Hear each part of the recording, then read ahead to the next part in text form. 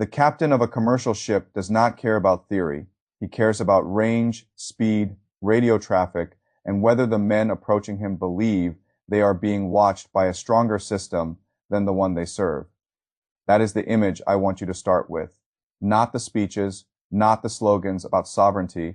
A cargo ship under pressure in the Strait of Hormuz, Iranian forces trying to prove control. And behind that scene, a much bigger truth becoming impossible to hide. The real story is not that Tehran seized ships. The real story is that the regime is beginning to understand what the blockade is really doing to it, and it reacted the way cornered systems often react, by choosing spectacle over strategy. That matters because the spectacle tells you the strategy is in trouble.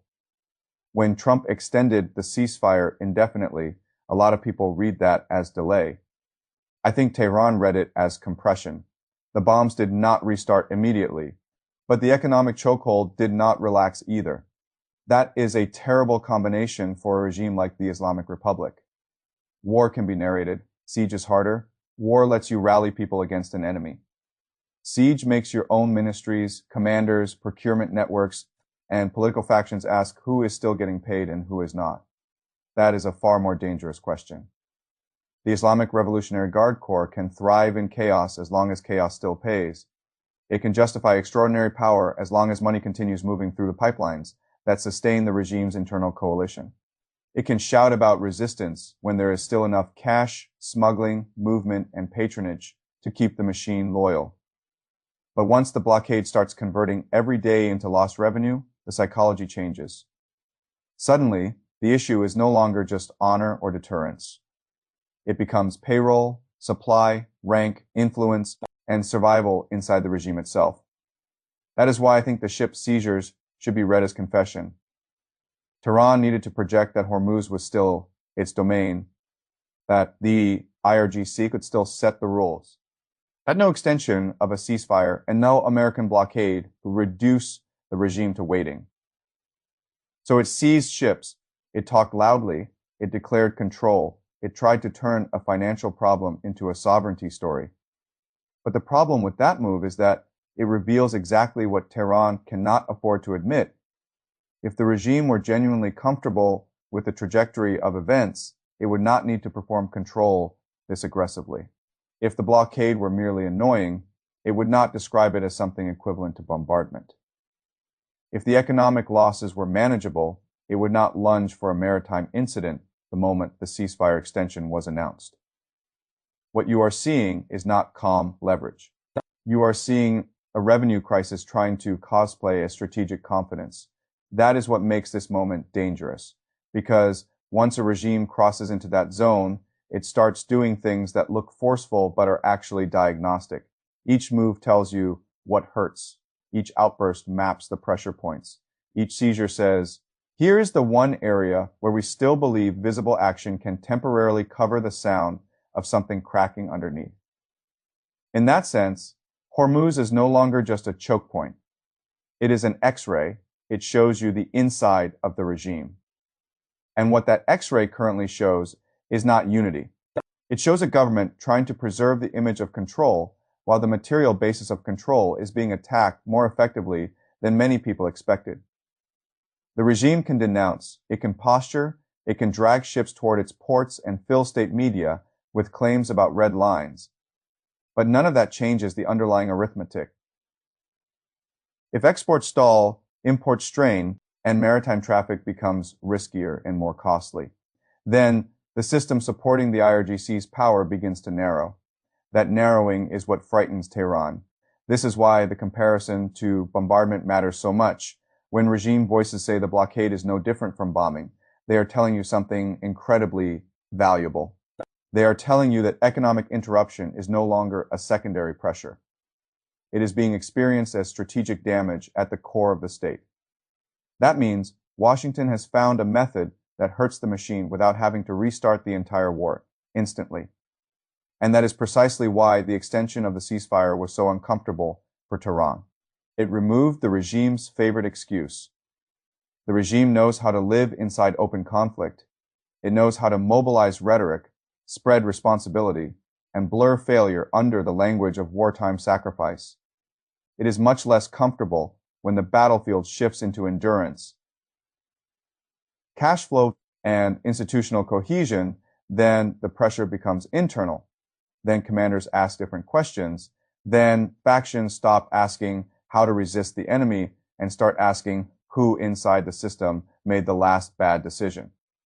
That internalization of pressure is the real significance of the latest seizures. Now look at the military theater around this. Bandar Abbas matters here, but as one of the last places where residual naval coercion can still be staged in a recognizable way. Fast attack craft, hidden maritime assets, remaining yards, surviving hulls. All of that gives the IRGC one thing it still badly wants: the ability to create an incident quickly. That matters politically, because quick incidents are easier to package than slow economic deterioration.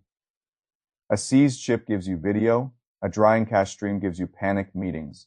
States prefer the first image even when the second is the real danger. But incidents are not the same as initiative. That distinction is everything. The American side is trying to do something much colder. It is trying to turn the Gulf into a layered enforcement environment where surveillance, maritime tracking, airborne presence, refueling persistence, and networked ISR make Iranian improvisation more legible and less sustainable over time. That does not mean Washington controls everything. It does mean Washington is trying to replace drama with system. And when one side is living off system while the other keeps reaching for drama, you should pay attention to which side is under more pressure to create visible moments right now. That is Tehran. That is why I do not see the seizures as proof that Iran has broken the blockade psychologically. I see them as proof that the regime knows the blockade is biting deeper than its public language wants to admit. The louder it talks about red lines, the more obvious it becomes that the real red line is financial and political, not maritime. The regime can still harass ships. The harder question is whether it can keep doing that while the architecture behind its power is tightening, while surveillance expands, while shipping risk rises, while money slows, and while more people inside the system realize that time is no longer neutral. That last point is the most important. Time used to favor Tehran when it could assume that outside powers would blink first, oil panic would rise fast enough, and international pressure would eventually push Washington toward softer terms. But this phase of the conflict is different. Time is now attached to a blockade. Time is now measured in losses. Time is now a daily subtraction from the system that lets the IRGC act like the senior partner inside the state. That is why the ceasefire extension was not a relief. It was a trap, not because peace is bad for Tehran in abstract moral terms, but because this version of temporary peace keeps the worst part of the pressure alive while denying the regime the clean propaganda frame of full-scale war. And regimes hate ambiguous pressure more than direct confrontation. Ambiguous pressure cannot be denounced cleanly. It cannot be heroically absorbed. It just sits there and keeps working.